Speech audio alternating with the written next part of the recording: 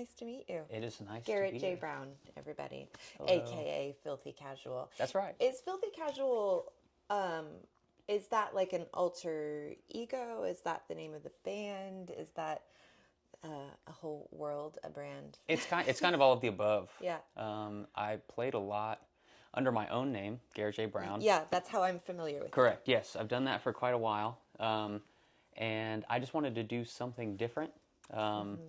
And I just wanted to kind of like branch off and yet still be able to maintain the brand Garrett J. Brown at the same time. I do a lot of shows where I'm just like entertaining people, cover gigs, things that make money. When I'm Yeah. out and I'm playing with people, I like to do, use my own name. But for my just this chapter in my life musically, I kind of wanted it to have its own separate thing, not to get confused with the other. Yeah. So that way, if you're going to a Filthy Casual show, you know what you're in for. If you're going to a Garrett J. Brown show, you also know what you're in for. Yeah. What made you kind of? I listened to the EP and it's so good. Thank you. No, I It's appreciate so, it. Like, I feel like it's just like hit after hit. Thanks. A couple of them, I'm just like radio ready. Yeah, Like I hope so. that they feel very and I don't. That's not hyperbole or anything like that. They feel very finished and very like tightly sewn and packaged and like really worked Thanks. over. Yeah. Yeah. It definitely worked over. Is that easy, or was that like an easy process, or was that sort of something untapped in you because it is sort of siloed out? Was that something untapped that just sort of was like came out that way? So it was tricky because for the longest time, like when I came up and I first moved to Austin, I had a band. So I was doing a lot of just like band things, collaborating with my bandmates and doing that. After a few years, it didn't work out. So then I kind of had the attitude like, okay, I don't want to do that again, at least not for a while. The collaboration Correct. piece. Yes. Yes. Well, it wasn't so much collaboration as much as it was like having a band, like that family. I craved the collaboration. So what I ended up doing is just getting with as many people as I could and just co-writing with them. Then I started helping build other people's projects. I worked with Brittany Lobus for a very long time. Yeah, for sure. Super cool. I got her up and running. We put a band together. I did that. And I did it for a long time, for a few years, and then eventually I just got that itch. I was like, man, I gotta like front my own project It's again. yours, and it's Correct. coming straight from you. Correct. And I had learned so much by working with so many other people that by the time I decided to do that, I really felt ready. I had already learned a lot of lessons I would imagine and got it dialed in. And then this style, it's just so like poppy, but not pop that you would ever want to like reduce or make fun of. It feels it's like really quality pop music. Thanks. Yeah. Do you know what I mean? Because I think pop music is an easy target. Sometimes. It gets a bad rap. Yeah. Well, and sometimes Deservedly so. sometimes Yeah. deservedly so.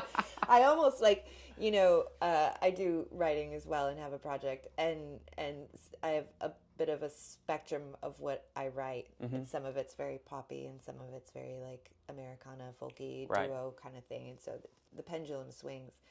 But it's like anytime I have a more poppy song, I almost feel a little like it's maybe a little bit harder to take serious Yeah. because of that. But listening to your EP, not only I got a lot out of it, not only did I get just a real continuity of what's on there, it also does have that really delicious pop sound that I feel like I can sink my teeth into. Like it feels substantive. For sure. And then as I'm moving down the track list, it's like, oh, wait a second, what's going on with this guy? Like, oh, okay, you're going through something. For sure. Yeah. For sure. And so talk about that as much as you're comfortable. Definitely. It feels like it really sort of marks maybe a time or however long of a period of time in your life. So expand on that to whatever your level of comfort is. For sure, no, very comfortable. Yeah, I mean, I wanted to make sure that's one of the things that drove me in the direction of like calling it its own thing, because I was like, this is kind of the space where I can have that, you know, where I can be a little more vulnerable and just like truly talk about, you know, how I feel. And a lot of that comes from wanting to perform it, you know, like I want to be able to like have that catharsis, you know, even when I'm in the studio or if I'm playing live. So I just took like all the emotions that I was feeling at that time and just really tried to write it down. And I wrote way more than 4 songs. You know, I wrote just as much as I could. And then I just kind of narrowed it down. You know, we have budgets and we can only do so much. Yeah, so EP starts looking real good. That's right. That's right. So I was like, I'd rather... helps you get clear. Definitely. I'd rather have the funds spread across 4 than 12, you know, because I'd only be able to spend the same amount of money either way. So I really dialed it in. But yeah, Chill But Barely is really, it's about just like the feeling of, it's almost like disappointing people, you know, like when your parents say, when they're mad at you versus when they're disappointed, disappointment is just so much worse. Oh, my daughter just said that to me not long ago, and I was like, "Oh, good to know." Definitely. But yes, I get that. You know, and just like whenever I'm in my feels, you know, that's usually the feeling that I'm going. I'm like, man, there's so many people who like they're out there, they believe in me, you know, and I sometimes I just don't feel like I'm hitting that mark. Talk a little bit about your process of getting to this place, because we mentioned you've been doing this for a long time. For sure. And you've been kind of that sideman, been in the band, the collaborator. What got you into this? And you're not from here. I can hear your little drawl. Where are you from? Where do you think I'm from? Oh, ooh, a little trivia. This kind of breaks it up. I think that it feels like maybe like I'm thinking of like Darius Rucker singing about South Carolina. Okay. You're the Southeast. I'll give you that. So Southeast. Yeah. Southeast. Maybe you're like an Atlanta kid. Closer, warmer. Okay. Well, that's the extent of my knowledge on the spot of the Southeast. So I am from Panama City, Florida. Oh, Florida. Yes, Florida, but a very specific part. Think of that as like, yeah, if you're looking at Florida, I'm right here. Isn't that where the beaches are so pretty? They sure are. I've been there when the water is like emerald. The Emerald Coast. Yes, with the white sand. So I've never been a huge Florida fan. It's just Understood. I grew up in the Northeast, like on the Canadian border, and then as soon as I could leave home, I moved to Santa Barbara. Okay. And so I went like that way over. So I never did like the New York, Florida thing, which is where everybody who stays goes to. New York is the big city, and Florida as the beach. But oh my God, it's so pretty. It's gorgeous. Yeah. We could have a whole episode just on how pretty that darn beach is. We call it the world's most beautiful beaches. Yes. And it might be right. I remember when I first moved to Texas, I had some friends and they were like, hey, we got to go to the beach. You know, everyone's like super excited. And then, you know, we drive down to Corpus Christi. Wah, wah. Yeah, I get there and I'm just like, why did we drive 5 hours to just stand here? In Brown. Yeah. Yeah. I always thought it was cool. It was like, oh, here you can like take your car on the beach. You can park it and do all that. And then I got there and I was like, oh, I know why they didn't let us do that. Yeah. Yeah, here it's okay. You're not going to mess anything up. But on those white sand beaches, for sure. So pretty. Yeah. Okay, so you're a Florida kid. Yep. That kind of just expands. That's good. See, this is why we do the show. I This is it. like we learn from people. Did you come from like a musical family? Did you like, is this sort of in your blood, or are you the black sheep and you're like the artsy one? I mean, kind of both. My father's side of the family, they are like bluegrass pickers. Oh. They can rip on some bluegrass. Wow. My grandfather, he was a country songwriter in Nashville in the 70s. He had a couple songs chart. What? Yep, sure did. That's so cool. Yeah, actually, funny story, side note. Just the other day, I was playing at some small bar in just a small town in Texas. and I started playing one of my grandpa's songs, and some guy came up and just started singing harmony with me. Oh. He was like, I absolutely love that. How do you know that song? I was like, my grandpa wrote it. And it made his day. Yeah. And probably yours. Yeah.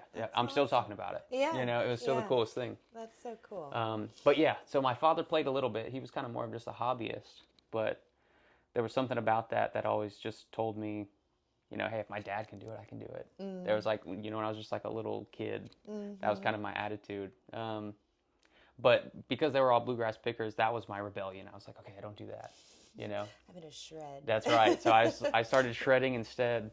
Now I look back, I'm like, man, I really wish I would have just learned all those bluegrass licks. Yeah, it's so foundational. Definitely. Yeah. Definitely. It's such beautiful music. It's like the white man's blues. Yeah. That's the way I think about it. Yeah, and it's like a cultural kind of thing. Yeah, that's so cool. Definitely. And then on your mom's side? Zero musical talent. Nothing. That's right. Absolutely nothing.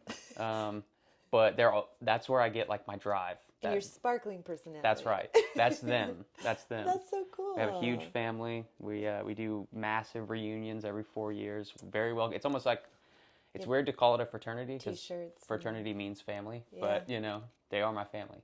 Yeah. Yeah. That's so cool. And then did you stick around in Florida for long, or like when did you get here? So initially after high school, I went to Troy University in Alabama. I was there. I studied music.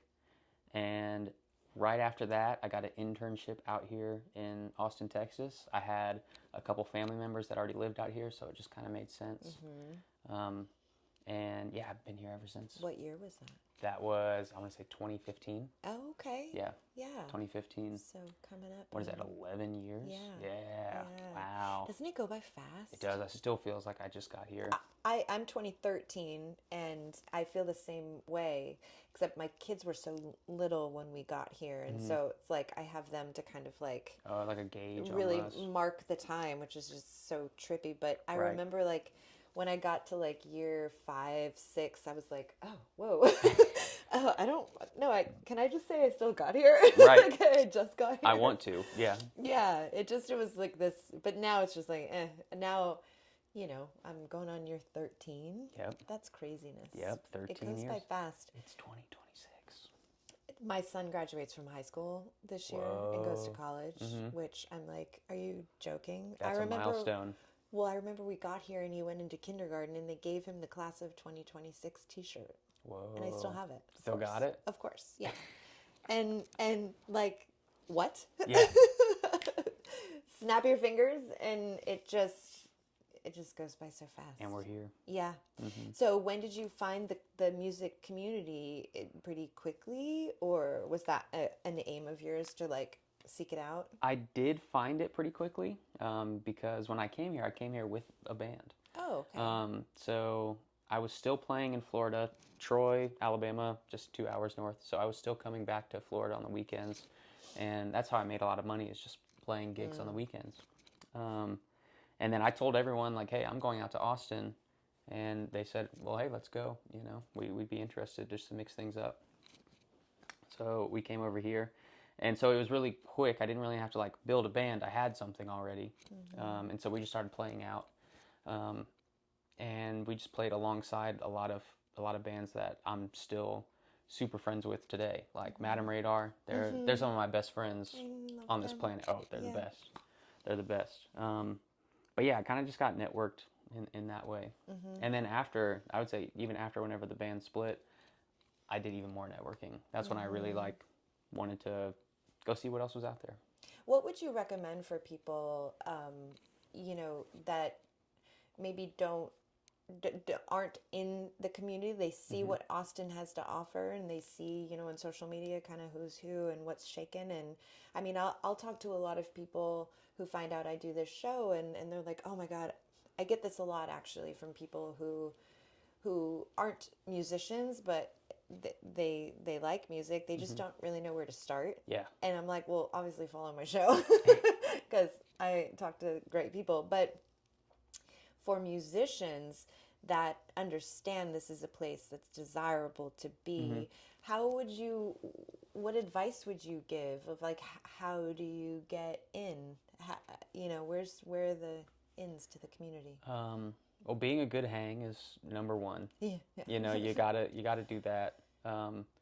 There's a quote that I love by, I heard Denzel Washington say it, but he said, if you hang around the barber shop long enough, you're going to get a haircut. Ooh. And I really think that's the ticket, That's a great quote. It's like, just be there, just go to the spot, Yeah. If there's a band you like, go see them. Get as close as you can to them, then they're going to see you. And then that's it. And then you come back the next time, I think I've seen that person before. Then you leave. Then you come back a third time. It's like, this person keeps coming to the shows. Like, who are you? And as a musician, like, that's the greatest sign of respect is when somebody comes and watches you play. Yes. Truly, it's like you took time. Yes. It's 100% harder to go to a show than it is to stay at home. Agreed. It's so much harder. So if you do that enough times, like, people will notice. Yeah, that's really good advice. And I think it also applies to venues as well. Absolutely. Just like trying out the venue. Go to the iconic ones, go to the obvious ones. But then as you learn, start to pick up on all these other really great gems that are out there. And also I hear a lot just, people love to sort of, times change and cities evolve. And I think it's an easy target to be like, obviously the city's changed with live music and all that stuff, but there is so much live music in this town. 100%. It's incredible. It's everywhere. It's everywhere. Every night. Yeah. So, just go out and just like throw a rock and don't hit a musician, but go see one. That's right. Start with what you like. Just get out. Get out of the house, I 100%. think. More than anything, just get out. And we love an early show, too. I do, too. Speaking of an early show, you have one coming up. Absolutely. In just a couple days. That's right. And it is, I wrote it down, it's at Tiger's Den. Yes. At 7:30 on 7:30. Friday, February 6th. That's right. And it is your EP release. It's my EP release. It's my first show as Filthy Casual. Oh my gosh. There's a lot of milestones we're checking off right here on Friday. And who's in your band? So right now I have Thomas Wheeler on drums. These are all just people I've met just playing and filling gigs. I love that. Just doing that. So much talent in your Absolutely. city. It's ridiculous. Absolutely. So I got Thomas Wheeler on drums. I got a gentleman named Daniel O on the bass, and I have Alejandro Rios on guitar. Nice. Yep. Alejandro is somebody who is also from Florida. He came with me. We've stayed close. We're roommates. We still live together. Oh, that's great. For sure. He's in BLK ODYSSY, which was super fun. I went on tour with him. BLK ODYSSY. Yeah, I went on tour with him in late 2024. It was incredible. Yeah. I love that they're still around. I remember when I started doing the show, they were hot. At least, how bands just kind of come into your own personal orbit. And for me, it was just like, holy cow. And I hosted this thing and they were there and I was just like, I was so starstruck. I was such a newbie at this.